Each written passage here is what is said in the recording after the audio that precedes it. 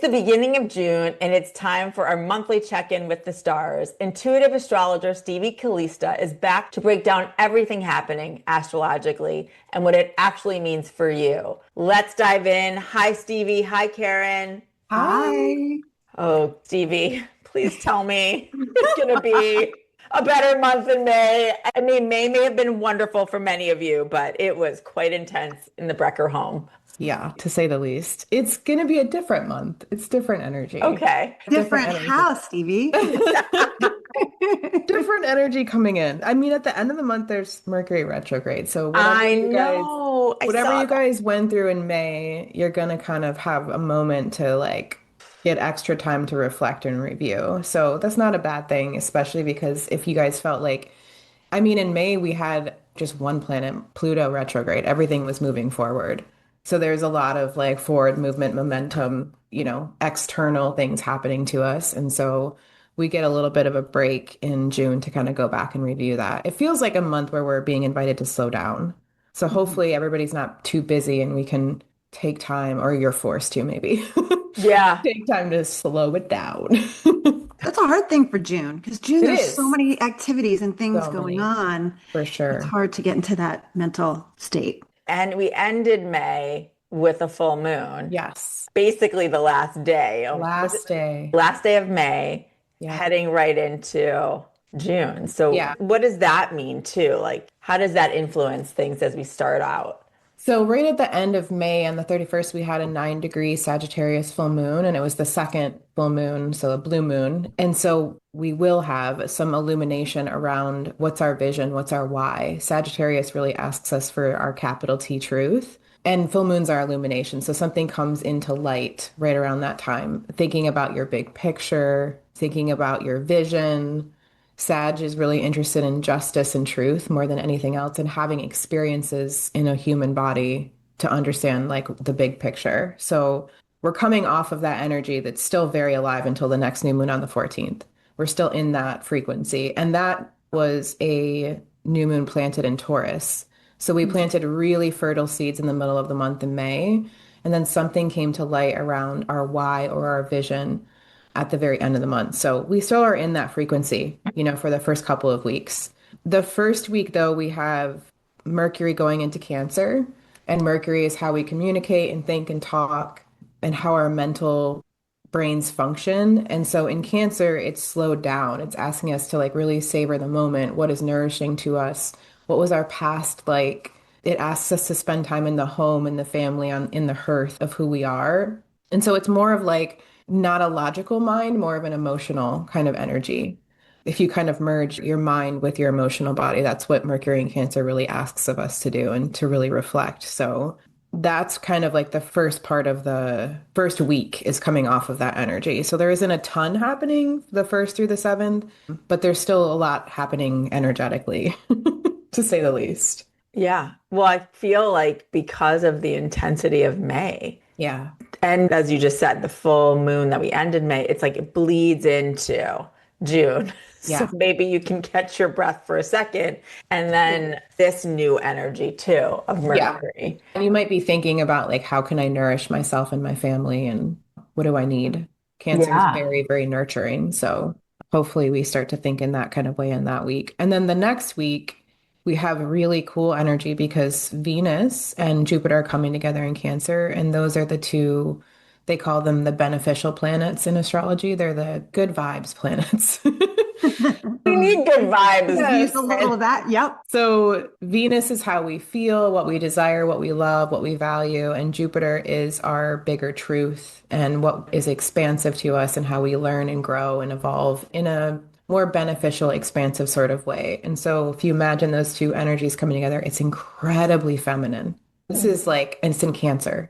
It's incredibly nurturing. This is like if a baby's born during this time, they're going to be like mother of mothers, mother of all mothers. Just super nurturing, super interested in family and feelings. So you might have big feelings that week, but Jupiter doesn't bring heavy feelings. He brings expansive feelings. And so it is a really good time to spend time in your feels.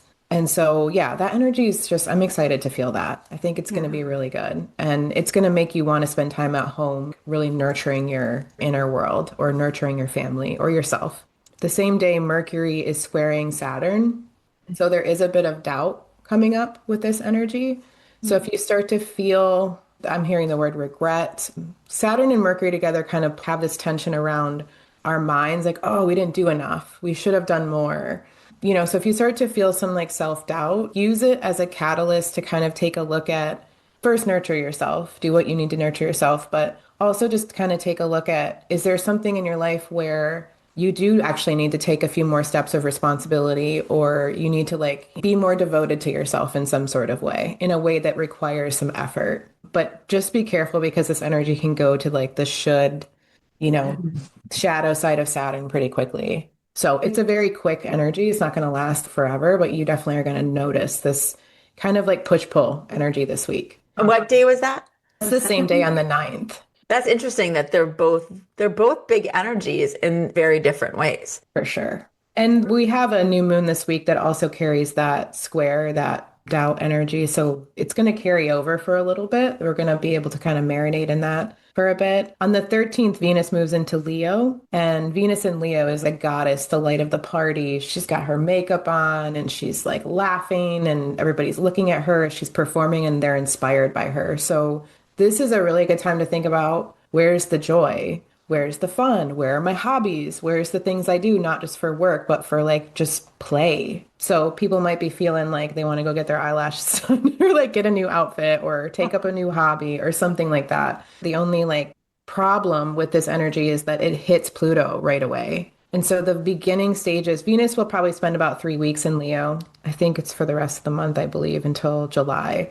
But when she opposes Pluto, there's like a pull, there's some sort of intense feeling about it.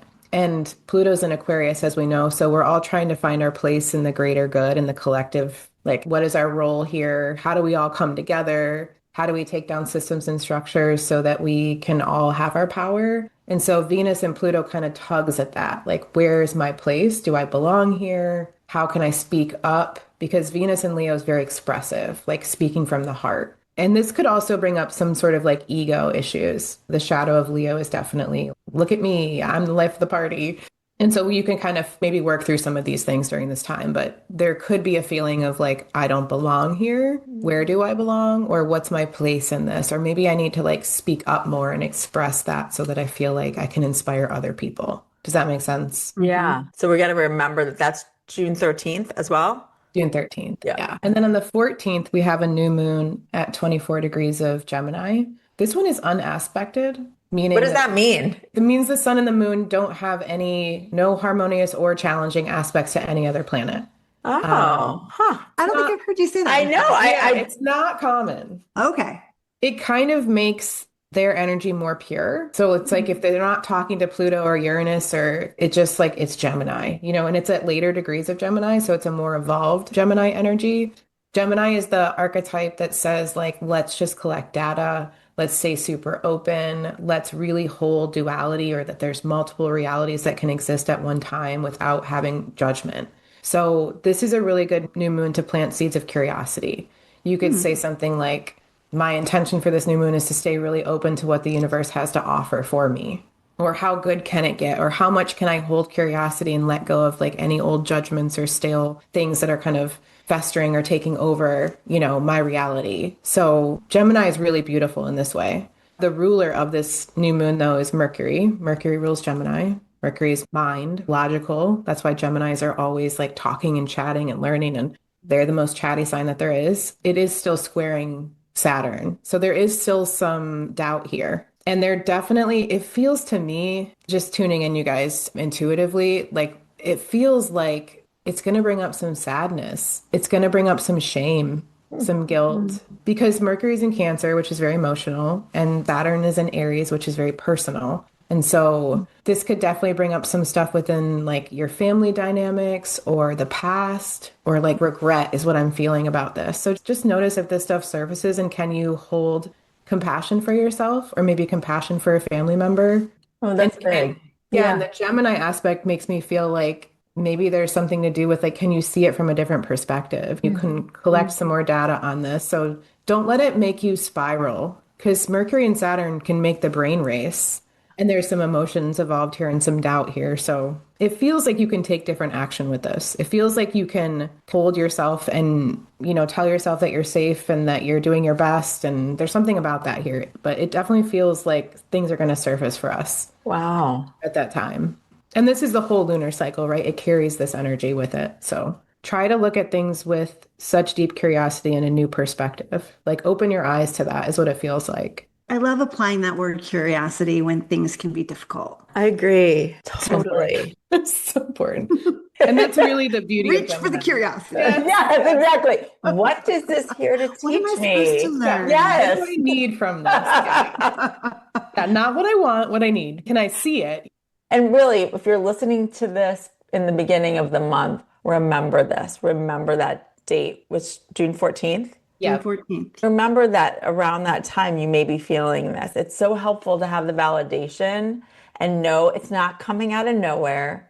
This is really there for you, this energy for a reason. Yeah, and challenging aspects in astrology, the squares and oppositions are the ones that actually move the needle. Yeah, You know, totally. they change our neural pathways, is what I'm hearing. And that's possible with this one. The 15th through the 21st, on the 19th, we actually have Chiron moving into Taurus. I'm going to say something, Stevie, Yeah. because we're both the sun sign Taurus. And we both have a lot of Chiron in our charts. I feel like I have heard about Chiron and Taurus a lot over the last several years. Am I making that up or is that true? And then again, we're coming back to the 19th of June. What is that? Yeah. I think with the place that we're at in most of our healing journey, we're really doing Chiron's work, like so much. And so he's being talked about a lot because he's really like, he's an asteroid, he's not a planet. And he has this whole story. You guys should go look it up sometime. I'm not the person that's going to tell you mythological stories. I'm not good at that. But he really is half man, half centaur. He's half wound, half healer. And I think in Aries, which is where he's been for many, many years, and I told myself I was going to look up the dates, and I apologize to you guys for that. But he is so human in Aries. He's so interested in finding his confidence and just being okay with being himself. And so many people, if you're in your 50s, were born with Chiron in Aries. And so many of you had your Chiron return at that time, right? Yes. So many of my clients have this because they're really working on like not abandoning themselves. And everybody's been working on how do I not abandon myself when the world has abandoned me or my parents or whatever society. So interesting. Right? Yes. Yeah. And so the people born with Chiron in Taurus are a different chunk of people. And we're all going to be those people moving into their 50s and they're right now probably in mid 40s, et cetera, are going to be experiencing their Chiron return at age 50. But everybody's going to be going through a different flavor with healing with Taurus. With Aries, it's much more about like, how do I find my confidence and my courage and how do I start this thing and how do I own who I am, right? Mm-hmm. And we've seen a lot of people show up vulnerably in their wounded Chiron, this is who I am phase. And so Chiron in Aries has taught us to be more human. You know what I mean? Like, Aries is messy. It's like, whatever, I'm just who I am. It's a journey. I'll figure it out as I go. I don't have to have the whole plan. And this is just who I am. This is my vulnerable self. And in being that, you've given other people the courage to do the same. That's the healed side of Chiron and Aries. So in Taurus, it's different and he'll back up into Aries later this year one more time. So he's not done there. But Chiron in Taurus is much more physical because Taurus's wounds are, I don't have money. I do not have food. I do not have resources. I don't have shelter. And I'm not worthy of having any of those primal needs met. And I don't feel safe. I don't feel secure. And I cannot live a life where the things that I value are what I'm living currently. Wow. So it's less identity, and it still is identity with Taurus. It's still an I am situation, but it's much more physical, material. So anybody born with Chiron and Taurus, there's probably many of you listening, you share this wound around either money or worthiness or security or stability. Like there's just something in you that desperately wants to feel safe in their body, to have the things that they value. And so most of you had past lifetimes where you literally didn't have food on the table, or like your shelter was taken, or you were kicked out from the group, and like it's very like primal and physical for you. And so this is going to kind of offer us this moment to be like, where am I not safe? Where can I be more embodied in who I am and own the life that I want based on what is important to me? Because Taurus will always say, like, I value XYZ, therefore I take action on XYZ. Because these things are important to me. I don't care about what happens. I'm going to do these things because this is important to me. So it's going to be like a journey that we have over the next many years with our bodies and our safety and our worthiness, essentially. Wow, that is deep. And I appreciate you explaining that. For everyone listening, we've mentioned Chiron many times. And as Stevie was saying, it's the wounded healer. And we've actually done an episode with a woman named Lisa Tahir. She's a clinical psychologist who actually focuses on Chiron and integrates Chiron into her work. So I would highly recommend, we'll make sure that's in the show notes, but listen to that episode, because to add to what Stevie was saying about Chiron, it will help you understand why Chiron shows up for you, where it shows up for you, for a reason in terms of your whole like journey here in this lifetime. Yeah, I think we're going to notice a lot of people starting more somatic practices, more body practices to work on their like tissues and healing their body and nourishing. We're going to notice a lot of those things kind of surface over the next many years. So interesting. I think it's one of the more important aspects of our charts. Yeah, because when you own your Chiron and you're vulnerable enough to realize this is where I've been wounded, or essentially you're abandoned and then you abandon yourself. And when you start owning that, that's actually your gift. It's like this beautiful ball of light that you can help other people because you've healed it. I mean, I think everyone in therapy needs to know where their Chiron is. It's probably what you're focused on, even if you don't know. 100%. So it'll validate everything. Yep. It always comes back to Chiron. It does. Every one of my sessions, I'm like, well, let's talk about this. That's the first place to go, Jack. Yep. It's also important to note this too, because as we're feeling it, we have to also be aware that others will be feeling it too. Yes. So for our spouses, our partners, our kids, our bosses, our colleagues, parents, just thinking about it from that perspective is just, it's good to note that. So if you are feeling that in the conversations, you can be prepared. And I think it's going to give us such a chance to heal our nervous systems. Yes, you're so right. Yes. And if you don't know where your Chiron is, you need to have a reading with Stevie. Stevie will help you figure that out. I'll help you. Yes. It's usually a place that will make you cry because once you realize that it's been the thing, it's quite a beautiful placement, honestly, though. It is. It really helps to understand it. So the other thing this week is the 21st is the solstice. And that's when the sun moves into Cancer. And in the northern hemisphere, we have our longest day of light. In the southern hemisphere, it's the shortest day of light. But either way, it carries Cancerian energy. And this is why so many of us get together with our family in June and July, because it's Cancer season. And so the solstice is a really beautiful time to celebrate the light and also like celebrate that it's at its peak and that we're then heading into shorter days from that point in time. But it's a really good day to have like a I'm going to just focus on it being the longest day because then I'll get upset that it's getting shorter. I know. I always feel that. It's like, no, it feels like the summer is just starting. But it does take a while, right? It takes a while. Yes, it does. I agree. It will be equal at the equinox in autumn. So you have some time to be in that energy. But yeah, it's a really good day to have a feast, invite friends over, have a barbecue. So yeah, don't forget to celebrate that week. And that also is when you were just saying we enter Cancer. We enter Cancer season. And like we were saying earlier, Cancer is water and it's home and family and it's the mother nurturer. And it's a really powerful archetype for healing and nurturing yourself and others. So, and feeling your feelings. Cancer season, sometimes people are like, are we done with Cancer? Like, why are you crying all the time? Because of Chiron, Stevie. That's why. Yeah. And that's the thing when we talking about seasons, we're talking about the sun, you guys, not just like Mercury or Venus. When the sun moves into that sign, it's that season. And so the sun brings light to the darkness. And so the sun will bring light to the past, your emotions, your family, things like that. So there's light there to be looked at. It's not just like heavy. So big feels though. Yeah. So yeah, that's that week. The next week, the 22nd through the 28th, this is when Mercury starts to slow down. This is when we're going to notice like glitchiness and communication. Okay. We're going to start being like, why is time going so slow? What is going on here? And so the thing that I have about this week is that Mars will move into Gemini. So Mars has been in Taurus for 6 weeks, which Mm. I've been loving. Just feels more grounded. I just want to be out in my garden. That's Mhm. basically what it's been for 6 weeks. Mars in Gemini is very different. Mars is how we take action and what moves us forward. It's like our masculine energy. And in Gemini, it just wants to like read books, talk to people, collect information, have conversations, open its mind. It's very driven to like be in the library of information. Mars in Gemini physically for a lot of people, especially if you're really earthy or watery, can feel like a lot. And we already have a lot of fire and air. I'm going to keep telling you guys it's time. You got to put your bare feet on the earth to feel in your body because it's so mental. So Mars in Gemini is going to really play up that energy, and it actually gets close to Uranus, which it is exact on July 4th, which we'll talk about next month, right on America's Wow. birthday. Oh, wow.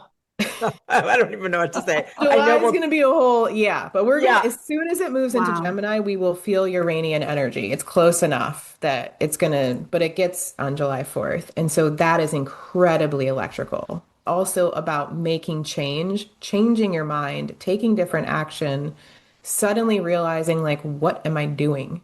What am I actually doing right now? Is this even authentic for me? Is this even right for me? I'm not doing this anymore. And so a lot of people are going to change their mind in this frequency, but it can feel incredibly electrical in your body and your brain. So just move your body, as I always say, I'm just like such a broken record, but move your body when it's too much up here, get down here into your roots, but at the same time, stay super open because you're probably going to have moments where you're like, I don't want to do this anymore. And Mars is doing, right? It's not just like thinking. It's not like Mhm. having like a aha moment in your mind or a download. This is about like how you take action and how it's not in alignment with your most authentic self anymore. And all of a sudden, you'll notice that you've changed the way you take action. So it's quite beautiful, but it's also very tumultuous. And that's Big, 6 weeks, right? well, yeah, 6 weeks in Gemini. It definitely until July 4th or even after that, it's going to be interesting.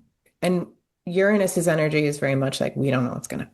Yes, right. It's like The lightning Uranus bolt. So part, we don't know yes. how this is going to play out, but everybody will definitely feel this for sure. We will probably see a lot of interesting information come out in the collective during this time that we were like not expecting. I wonder if this is UFO disclosure. Those Feels, UFOs all year, I'm telling you.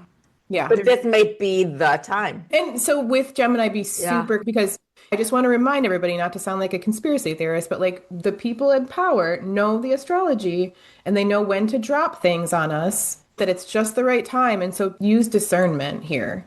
The information coming in this whole year, but especially at this time, just check in with your body and be like, does that feel true for me? Because some of it might be and some of it might not be, but this is the time where they're probably going to drop some little information things on us unexpectedly, or Wow. maybe unexpectedly to like the greater collective. Right. Us might be like, this is not surprising, but Listen, you've been talking about this time of year for more than a year. yeah, Honestly, we've talked about this in 2025. And we are waiting. We're just holding hands together. Yeah.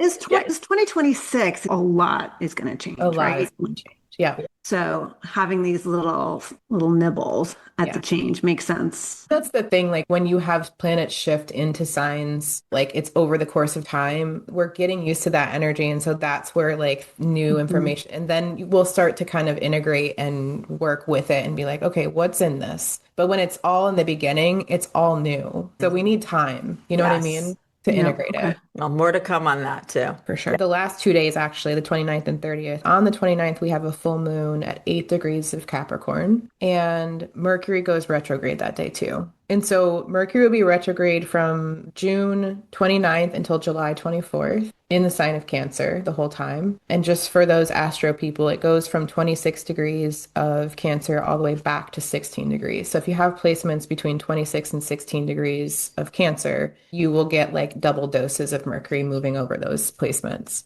Basically, if you're born halfway through Cancer as a sun sign, you'll probably get your sun will get hit by Mercury retrograde. So let's talk about the full moon really quick first. Capricorn full moons are all about illuminating our goals, our responsibilities, what we're building, our legacy.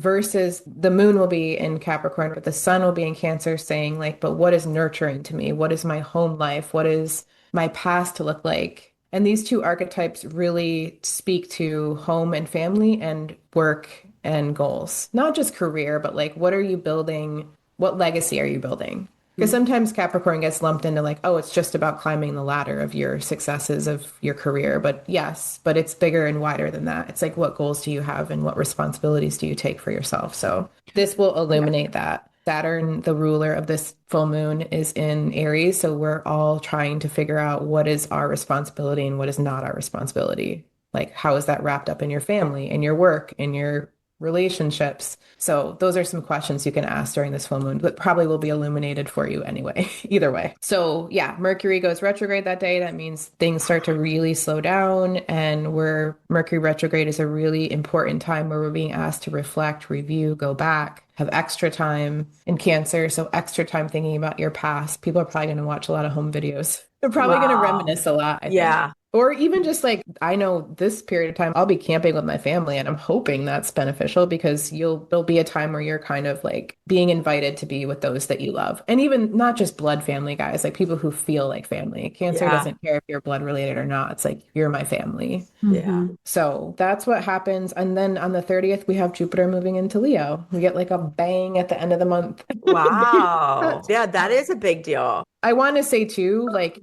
just before I speak about that, the full moon in Capricorn can definitely bring up doubt. This one is squaring Neptune and Saturn. And so there's some energy around like, what are your stories? Are they true stories? Do you need to have grace for yourself, forgiveness for yourself or others? So those are some things that you can think about during that full moon too. But Capricorn can sometimes bring a bit of weight around like, you should have done better. Can do more. So just be on the lookout for what in that is true and what's an old story, basically. Yeah. And you'll work through this the next couple of weeks as Mercury goes through Cancer, and you get extra time to think about that. But on the 30th, Jupiter moving into Leo is really exciting. Jupiter has been in Cancer. So we've been in our fields, we've been expanding like, what's our home life? What's our family life? What does nurturing energy mean for us? What has our family taught us? And a lot of us have been very nostalgic for the past. Have you noticed like how many people have become obsessed with like wanting to grow up in the 90s? And yes, like that's Jupiter Cancer. It's like longing for a time before. Jupiter in Leo is very different. It's very much like, let's all get on stage. Let's all express ourselves. Let's take up some hobbies. Let's have fun. Let's play. Let's talk about our hearts. Let's be more romantic. So it lightens the mood. It just brings up the fun. Like the fun meter goes up versus like the crying. we need that. Gosh. And how long does that last? It lasts for a full year, so it'll go into the summer. Yes.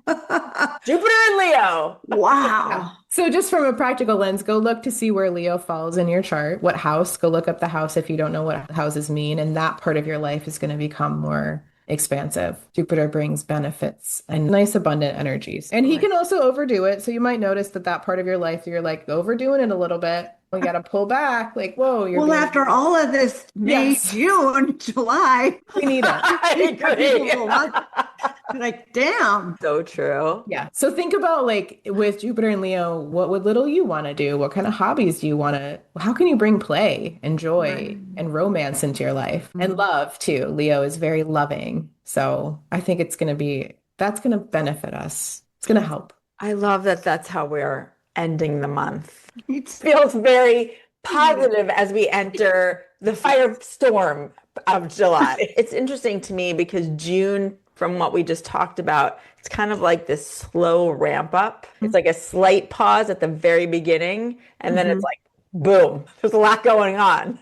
Yeah. And it's a mixed bag too. There's a lot of expansion and curiosity, and then there's a lot of places where you're going to feel that pull, you know? Illumination is what it feels like. With that summer solstice, there's something to that. I do like the word to hold on to throughout this ride we're going to have is curiosity. It's a really good word as you're feeling the feels and feeling kind of pushed in places where you might not want to expand. And it's helpful. Absolutely. And I think at the end of the month, we're going to get extra space and time to slow down, or we're going to be forced to. And I think when the light is at its fullest, at least in the Northern Hemisphere, and we're with our family and there's so much going on, we forget. And when there's too much light, which that is a thing, and you're not resting and being in Yeah. the dark, and like I think it's going to kind of help us slow down. And maybe for some of us, it'll be probably both. A little frustrating because you're like, oh, Yeah. to slow down. Totally. There's Yeah. so much light. I need to be up all the time and doing all these things. And True.